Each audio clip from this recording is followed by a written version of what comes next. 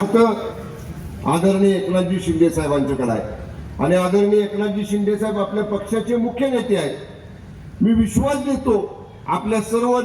महानगरवासियांना की आमच्या उमेदवारांनी तुम्हाला डोर टू डोर मत मागायला तुमच्या घरात येत असताना, प्रचार करत असताना, प्रचार रॅली करत असताना तुम्हाला जे वचन दिलं असेल, जे आश्वासन दिलं असेल किंवा जो वचननामा या ठिकाणी आम्ही प्रसिद्ध केलेला आहे, त्या वचननाम्यामध्ये ज्या ज्या गोष्टी नमूद केलेल्या आहेत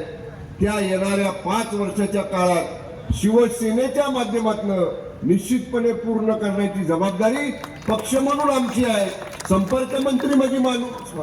मंत्री म्हणून माझी आहे आणि पक्षाचे मुख्य नेते तथा राज्याचे उपमुख्यमंत्री आदरणीय एकनाथजी शिंदे साहेबांची आहे। माननीय शिंदे साहेबांचा हा निरोप घेऊनच त्यांनी मला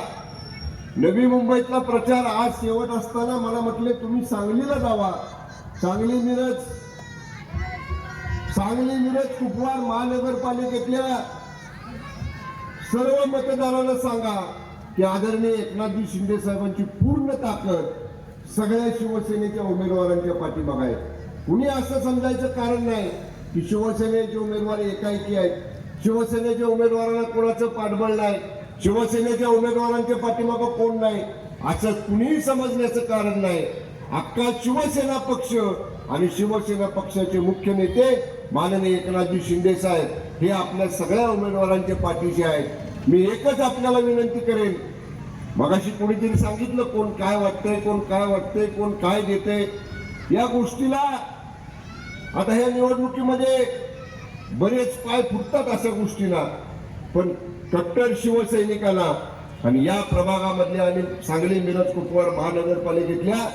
सामान्य मतदार बंधू भगिनींना मी एवढंच विनंती करेन, पुढच्या 5 वर्षाचा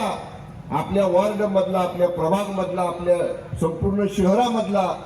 साचेबद्ध विकास आपल्याला करायचा असेल, अनेक वर्ष रखडलेले प्रश्न जर आपल्याला सोडवायचे असतील आणि चांगल्या पद्धतीने आपल्या विभागाचा विकास साधून घ्यायचा असेल तर हे करण्याची ताकद शिवसेना पक्षामध्ये आहे आणि शिवसेना पक्षाच्या उमेदवारांना धनुष्यबाण या चिन्हासमोरचं बटन दाबून प्रचंड बहुमताने आपण विजय करावं एवढीच विनंती या निमित्ताने मी आपल्याला करतो। उन्हात आपण सगळेजण बसलात, आपल्याला त्रास झाला त्याबद्दल दिलगिरी व्यक्त करतो आणि 15 तारखेच्या मतदानात धनुष्यबाण चिन्हासमोरचं बटन दाबून या तिन्ही उमेदवारांनी विजय करावा अशी विनंती करून थांबतो। धन्यवाद। जय हिंद, जय महाराष्ट्र। सर्व उमेदवारांच्या